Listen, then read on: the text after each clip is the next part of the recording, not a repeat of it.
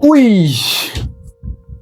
There is this inverter product that I've been using for a while now, and I think it's finally time for me to come and say my own opinion about this company. The company has been in existence for how long? I don't know, but I think they are new in Nigeria. I don't know how long they've been in Nigeria, but I personally came across this product this year, and I started using it this year, maybe like 6 months ago or so. And while using it, I tried not to say anything about it because I wanted to be sure if this company are who they say they are, and the product is none other than SAKO. Let's unbox. These are the manual, the communication cable, and this is the guy.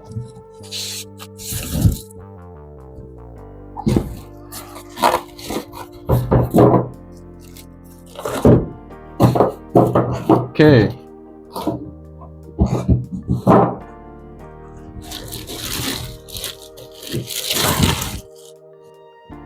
Here comes our guy.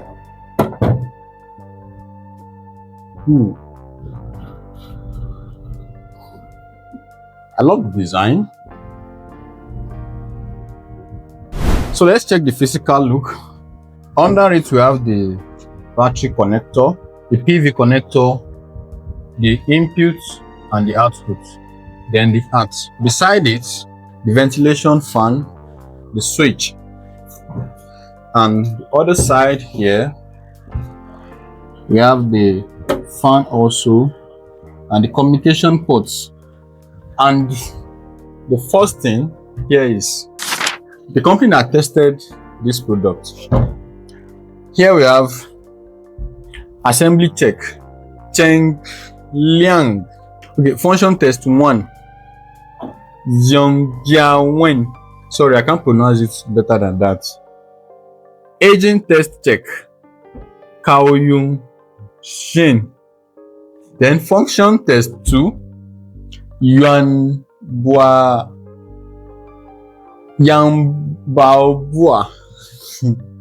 I think I need to learn Chinese. Then appearance test, Pang Man Hei. So apparently this inverter undergone 5 tests. That's what they're telling us. I don't know how true it is.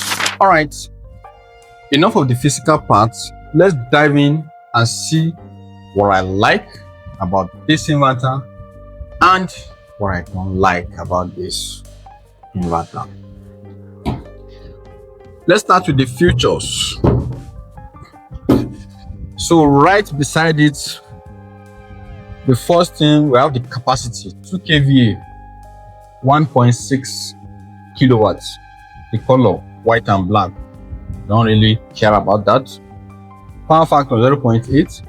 Operating temperature ranges from 10 degree to 50 degree. Now the inverter mode.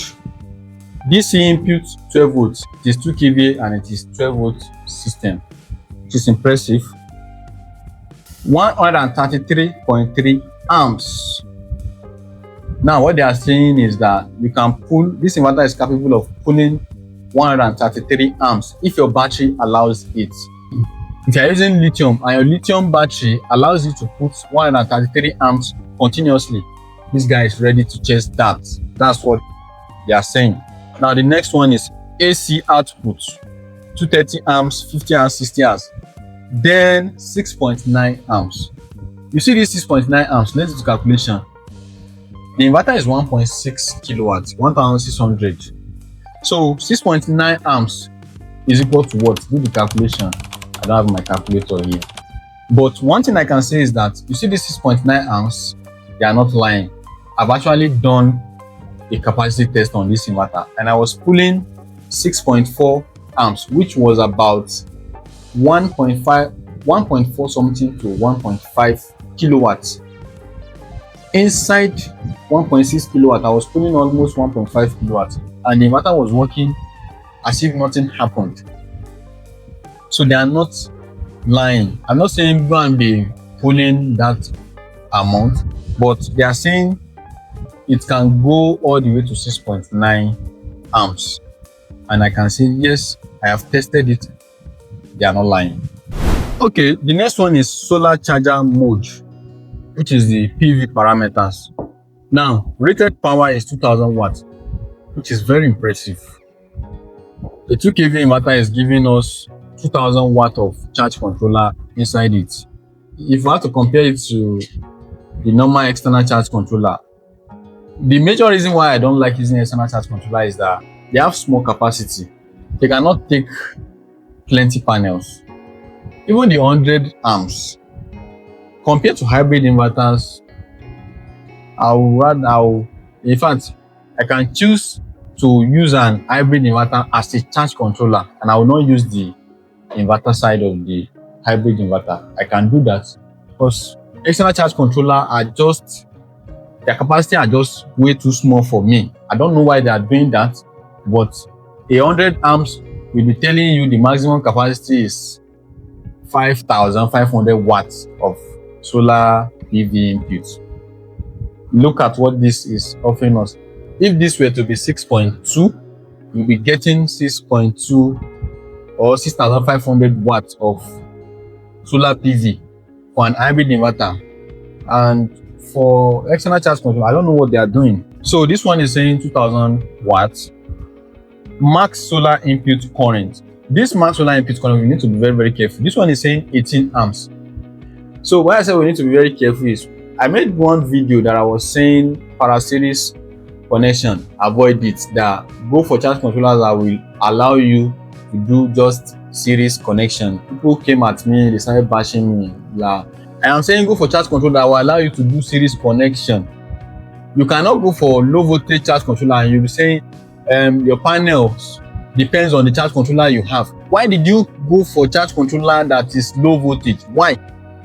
When there are charge controllers that are high voltage, why did you go for the low voltage?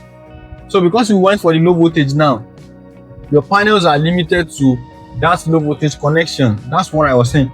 Now look at this now, 18 amps. If I have just 2 pieces of 550 watts that I want to use, if I parallel the 2 pieces of that 550 watts, the total power will be 1100, which is not close to the 2000 watts that this inverter is saying we can use. But then the current of 2 paralleled 550 watts has already exceeded the maximum input current. So which means it cannot work. Using 550 watts, I should still be able to use 3 or even 4 self on this inverter. But if I do parallel connection, I cannot do that. I can't even use 2. I can only use 1 on this machine. So it's indirectly saying don't do parallel connection on it. Do pure series. That's what this is saying. That's why the maximum input current of the PV is 18 amps. Now, best PV range, 120 volts to 400 volts. You can see now. So even if you choose to use 1 piece of 550 watts, which is 45 volts or whatever, is not within the range of the best PV range that the inverter is recommending.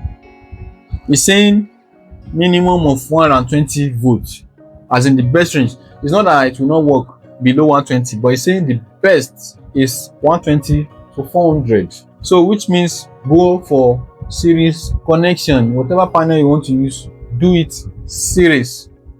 Maximum solar voltage, which is the VOC, 400 volts.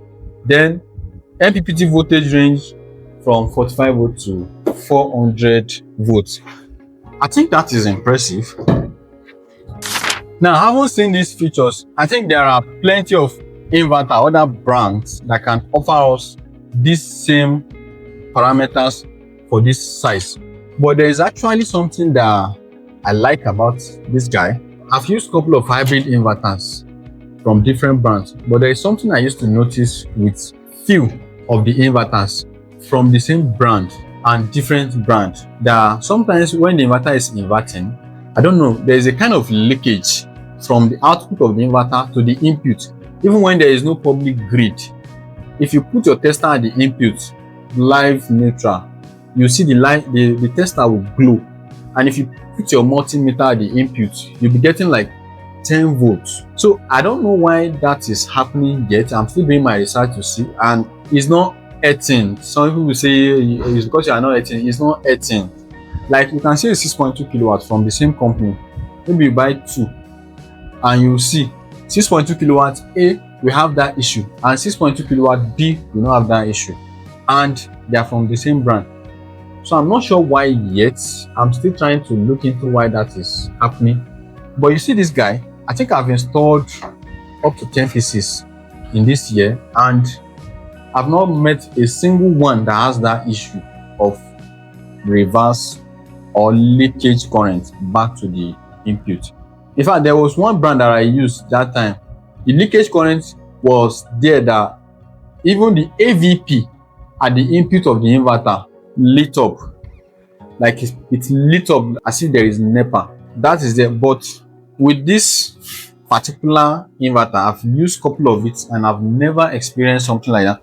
If you put tester, it doesn't glow. If you put multimeter, you get 0 volts. I like that about this inverter. And the second thing is how it handles load. Once again, I'm not saying go and be loading it as if you want to kill it. I'm just saying the power is there to handle it. So I think those are the major 2 things that is outstanding that I like about it for now. Which brings me to the final conclusion that, what do you think? Are you gonna be going for SAKO? They have quite few more products. This is it. Up to 10 kilowatts.